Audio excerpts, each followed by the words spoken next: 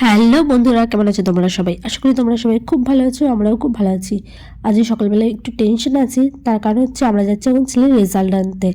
যদিও এখন রেজাল্টের খুব একটা নেই, তার কারণ হচ্ছে ছেলেটা সবে ছোট, এখনও রেজাল্টে কী করছে না করছে সেটা এত মাথা ঘামানোর দরকার নেই, তাও একটু ভয় তো লাগেই, তাই না? আর আমি একটা বড় ব্ল্যান্ডার করে দিয়েছি। রেজাল্ট আউট হবে, মানে রেজাল্ট দেবে ওরা 9টার সময়, আর আমি একটু বাইকে নিয়ে চলে এসেছি 8টার সময়। তো 1 ঘন্টা আগে চলে এসেছি। এবার কী করা যায়? তো চলে গেলাম বাবার দোকানে, বাবার দোকান থেকে লুচি নিয়ে এলাম, আর সাথে বাবা পাঠিয়ে দিয়েছে গলদা চিংড়ি।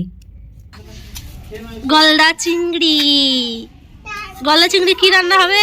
কি দিয়ে করবো বলো।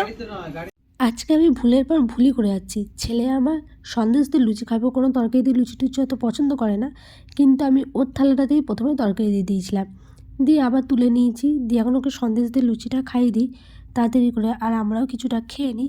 খেয়ে দিয়ে যাবো ওর স্কুলে রেজাল্ট আনতে। আর এইখানে জানোই তো, ও খেতে গেলে কেমন নাটক করে, খাবো না, এদিকে ঘুরছে ওইদিকে ঘুরছে, তো অনেক বক বক করছে। বক বকের মাঝে মাঝে আমি ওকে চেষ্টা করছি যাতে একটু অ্যাটলিস্ট খায়। তো অনেক কষ্টে এইখানে ওকে খাওয়ানো হচ্ছে, আর ওইখানে মাছগুলো মা ঢেলেছে। তো চলো দেখি। এই যে এই কটা মাছ পেয়েছে, বাবাকে অনেক দিন ধরে বলছিলাম যে একটু চিংড়ি মাছ খাবো, তো আজকে বাবা পেয়ে গেছে বলে পাঠিয়ে দিয়েছে। আর এই যে আমার হাতে আমার ছেলের রেজাল্ট, আর সাথে ওদের সবাইকে একটা করে বোর্ড দিয়েছে। তো চলো, বোর্ড আর রেজাল্ট পেয়ে গিয়ে আমিও খুশি, আমার ছেলেও খুশি। আর এই যে আমার ছেলেদের স্কুল, এবার তাড়াতাড়ি করে বাড়ি যাব। তো বাড়িতে গিয়ে তোমাদের দেখাই ও কেমন রেজাল্ট করেছে। এই যে বাড়ি চলে এসেছি, রেজাল্টে না নাম্বার লিখে দেয়নি, তো কেমন কি করেছে যে এখানেই সব রয়েছে।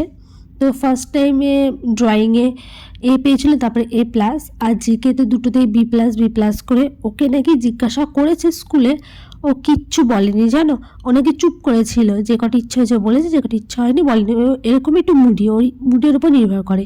তো আর এদিকে মা বললো যে আমি মাছ টাছগুলো বেছে নিচ্ছি, মানে আরও মাছ এনেছিল সেগুলো বাচ্ছে, আর আমাকে বললো তুই একটু এক কাজ কর, আতপ চালে একটু ভাত বসিয়ে দে ছেলের জন্য। তো এর জন্য আমি চলে এলাম আতপ চালে ভাত বসানোর জন্য। আর এই যে এখানে কুকারে জল দিয়ে এবার ভাতটা বসিয়ে দিই। তো এই যে ভাতটা বসিয়ে দিয়েছি, এবার কটা সিটি পড়ুক, দিয়ে ছেলেটাকে খাওয়াবো। আর মা এখানে গলদা চিংড়িটা রান্না করে দিয়েছে পোস্ত আর সর্ষে পোস্ত করে। তো এই যে এটাই এবার নিয়ে এবার ছেলেকে খাইয়ে দিই গরম গরম ভাতের সাথে। আর ব্লগটা এখানে শেষ করছি। আশা করি তোমাদের ব্লগটা ভালো লাগলো। ব্লগটা যদি ভালো লেগে থাকে প্লিজ এটা লাইক করে দিও, এবং যা যা আমার চ্যানেলে নতুন প্লিজ আমার চ্যানেলটা সাবস্ক্রাইব করে নিও। বাই।